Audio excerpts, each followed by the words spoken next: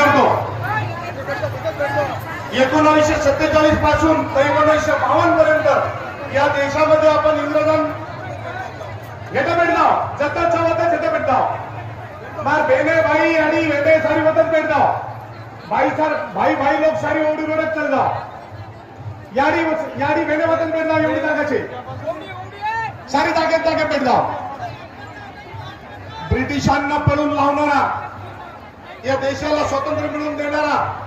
केवळ एकच समाज आहे बंजारा समाज आणि या देशाला स्वातंत्र्य मिळवून दिल्यानंतरही जवळजवळ स्वातंत्र्यानंतर 5 वर्ष जनावरांप्रमाणे મારું નામ નંદિની ગજાનન ચૌહાણ માં નળકુંડ દાંડેર રહેવાસી છું માં તમારું નામ મારો મંદોબત વ્યક્ત કરે વાળી છું તમે શાંતપણે સાંભળો એક માર તમને સેમ વિનંતી સર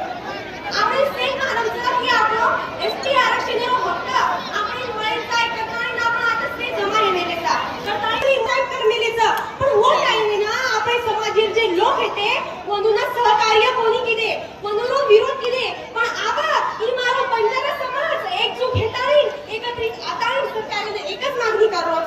की आम्हाला आमच्या हक्काचं आहे आमची संस्कृती एक आहे आमची सण साजरा करण्याची प्रथा ही सुद्धा एक आहे तर मग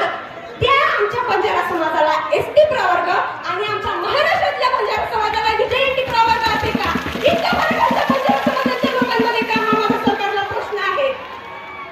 आज महाराष्ट्रामध्ये हैदराबाद गॅजेटनुसार बंजारा समाजाला आदिवासी मीडियावाल्यांनी आदिवासी बांधव यांची मागणी यांचं सांगणं आहे की बंजारा समाज ही मागणी एसटी प्रवर्गाची मागणी ही संविधानिक आहे का तर आदिवासी बांधवांना मी सांगू इच्छिते बंजारा समाजाची एसटी प्रवर्गाची या देशामध्ये फार मोठा वर्ग आहे त्यांना आजही स्वातंत्र्य मिळालेलं नाही या बंजारा समाजाला गुन्हेगारी समाज म्हणून 80 वर्ष इंग्रजांनी फोडलं होतं या देशाला स्वातंत्र्य मिळालं 1947 मध्ये